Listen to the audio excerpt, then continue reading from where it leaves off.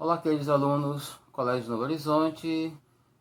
Nós estamos discutindo no capítulo 3 algumas questões relacionadas ao mundo das ideias a partir do pensamento de Platão, tá certo? Então, para nós compreendermos aí esse mundo das ideias que o nosso pensador vai estar tratando, é preciso que nós façamos uma retomada da história relacionada com os sofistas. Dissemos, pois, que os sofistas e o próprio Sócrates, haviam se afastado das questões da filosofia natural e se interessado mais pelo homem e pela sociedade. Então, quando se fala dessa filosofia natural, nós estamos nos referindo aos nossos pré-socráticos, ou seja, os filósofos que cuidavam da natureza, que buscavam a origem de todas as coisas baseado na natureza.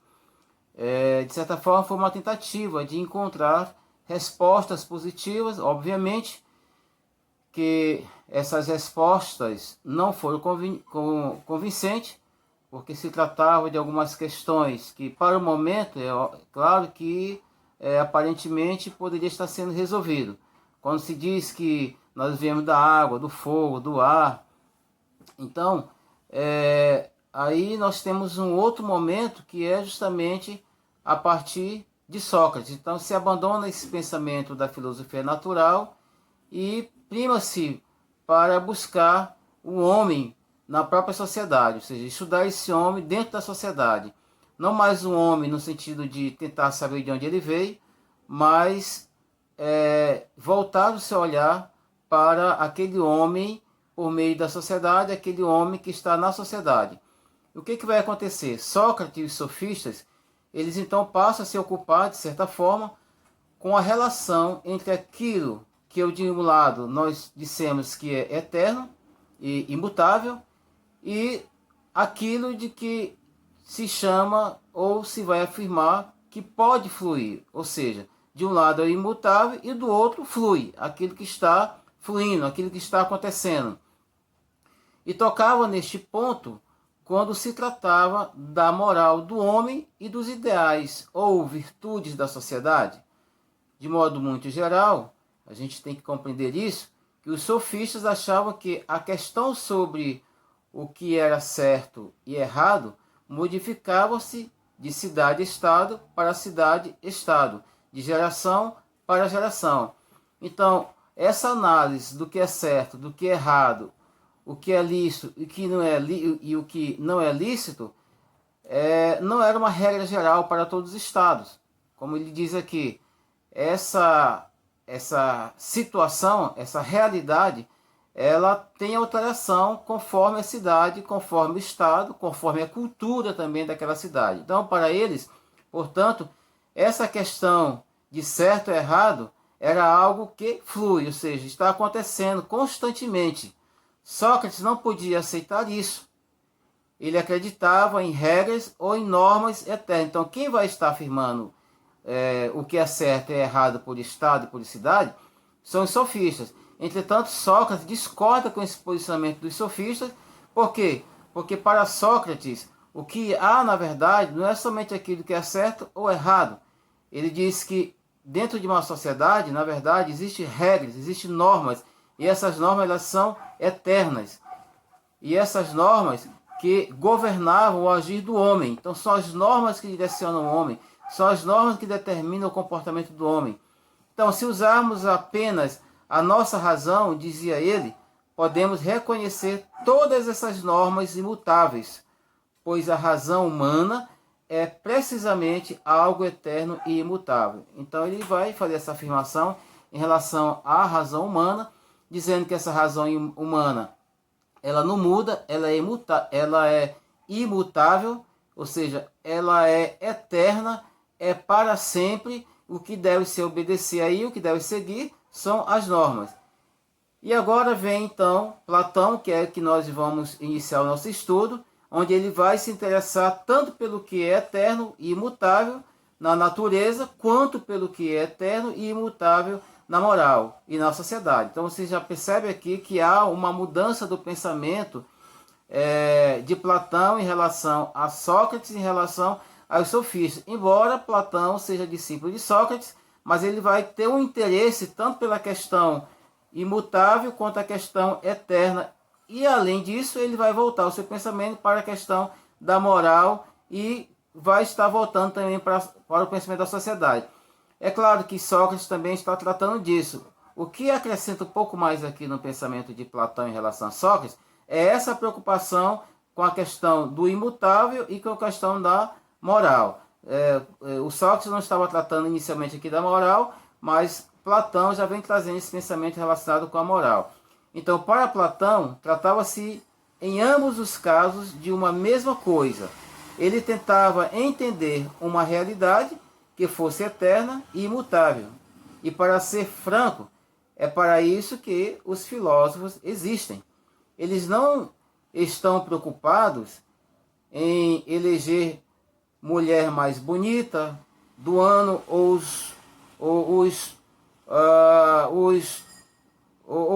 qualquer que seja a situação, ou aquilo que é mais barato, ou aquilo que flui mais, tá?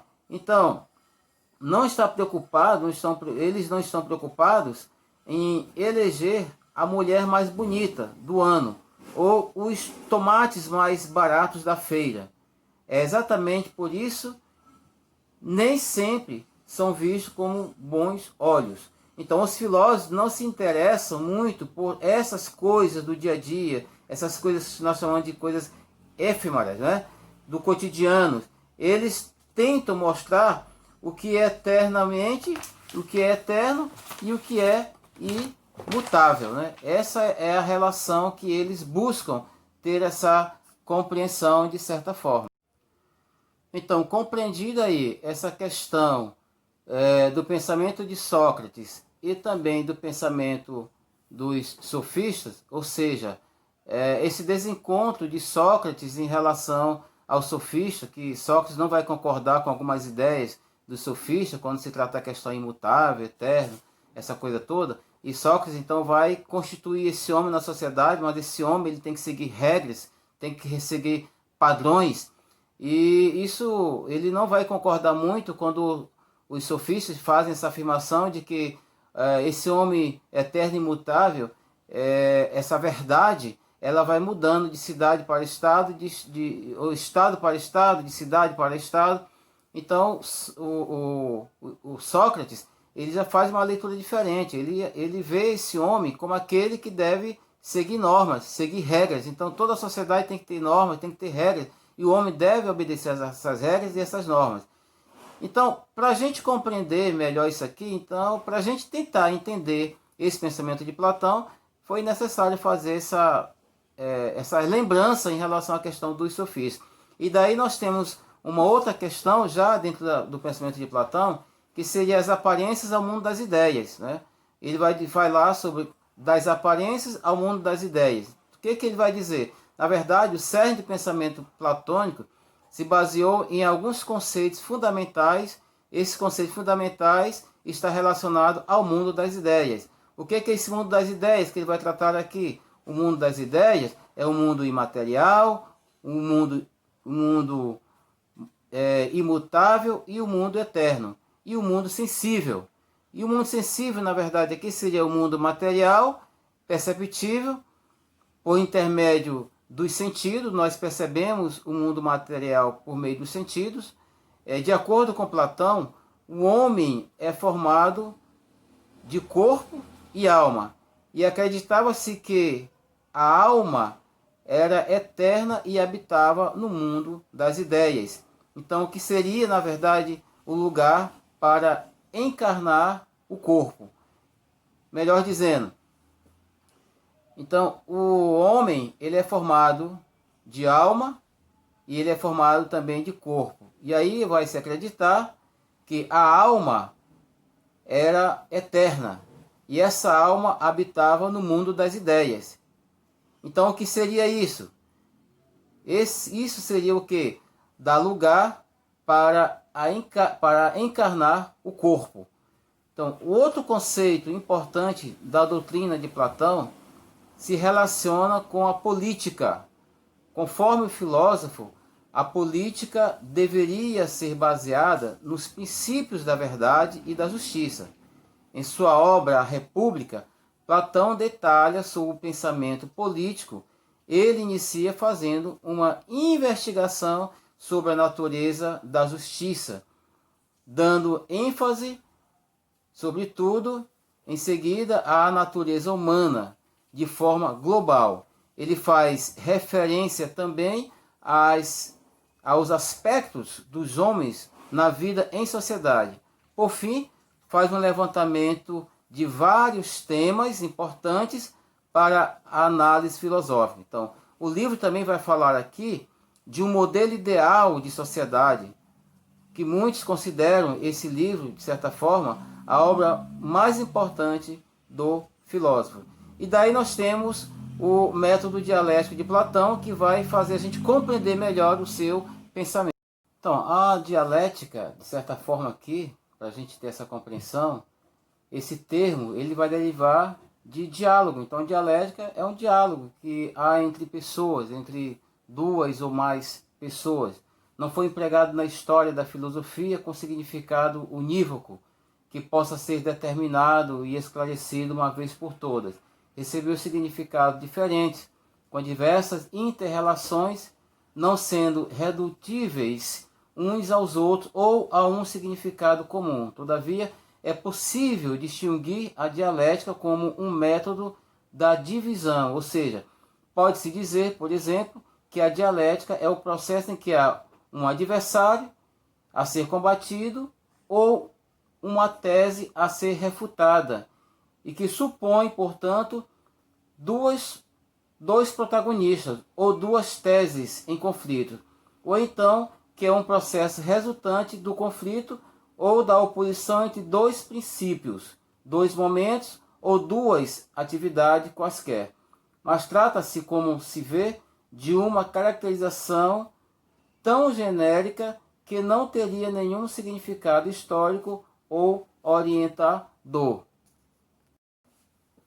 O primeiro estágio no pensamento de conhecimento em Platão é denominado pelas impressões ou sensações originárias dos sentidos.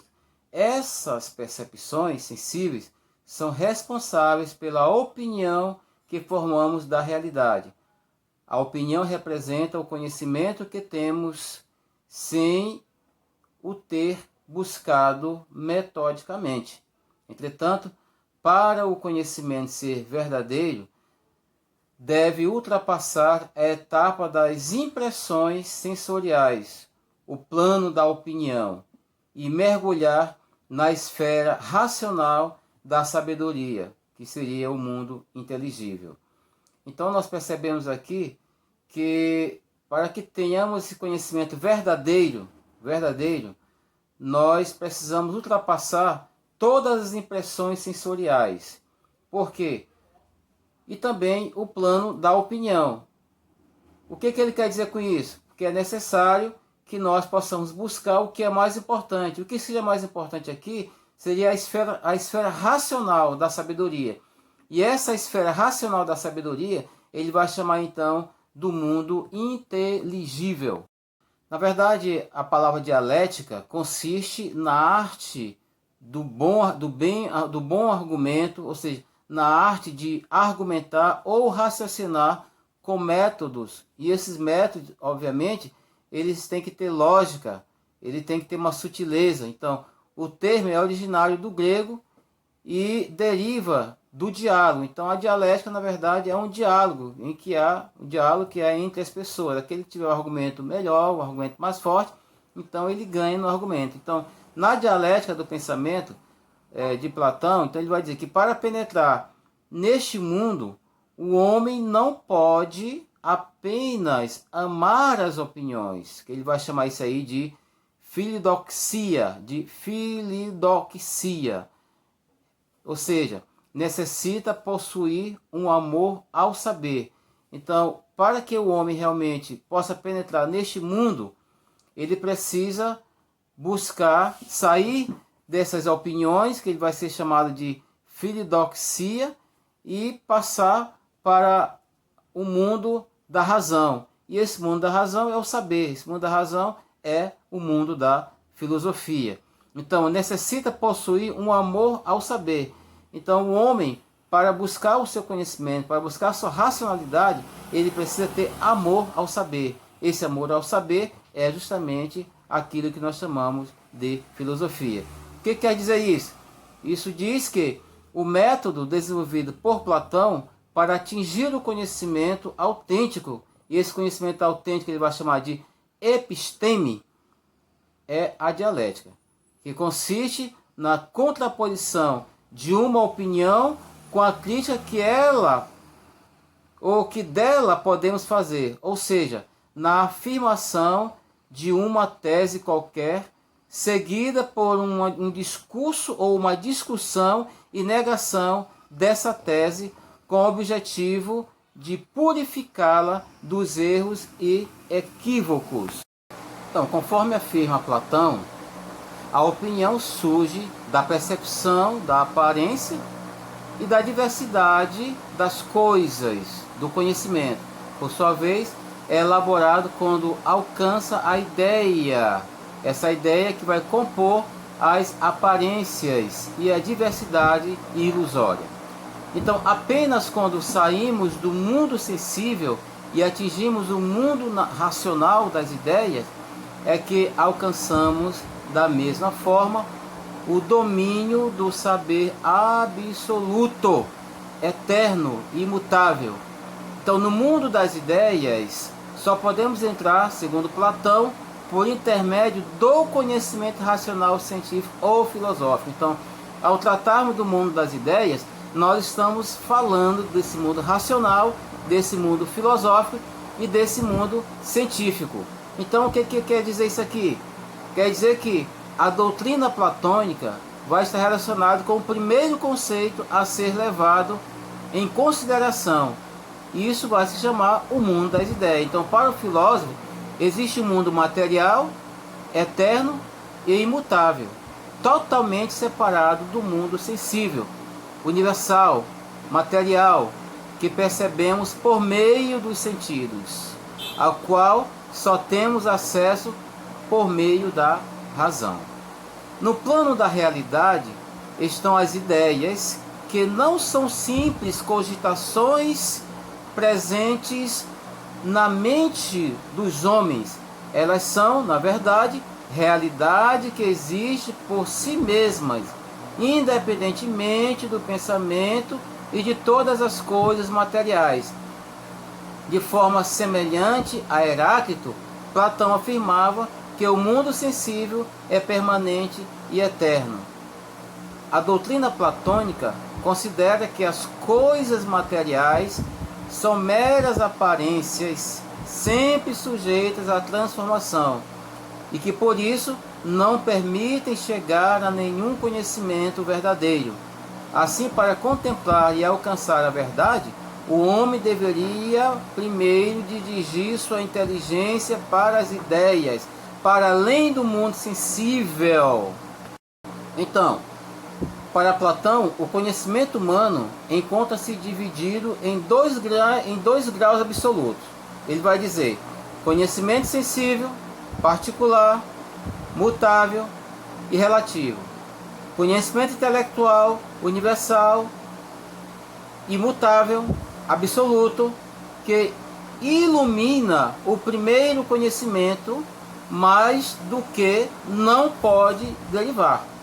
A diferença essencial entre o conhecimento sensível e o conhecimento intelectual, o que ele vai dizer? Ele vai dizer que o conhecimento sensível, com base nos sentidos, é uma opinião que se acredita ser verdadeira. E por isso mesmo, não se sabe o que é, daí se incorre no erro sem o saber. O conhecimento intelectual, com base nas ideias, além de ser um conhecimento verdadeiro, sabe que o é. Não podemos de modo algum ser substituído por um conhecimento diverso, ou seja, um conhecimento errôneo. Assim, compreendemos que, na filosofia de Platão, o saber intelectual transcende no seu valor o saber sensível, pois ele não admite que do conhecimento advindo das sensações particulares, mutável, relativo, se possa de modo algum tratar o conceito universal, imaterial e absoluto.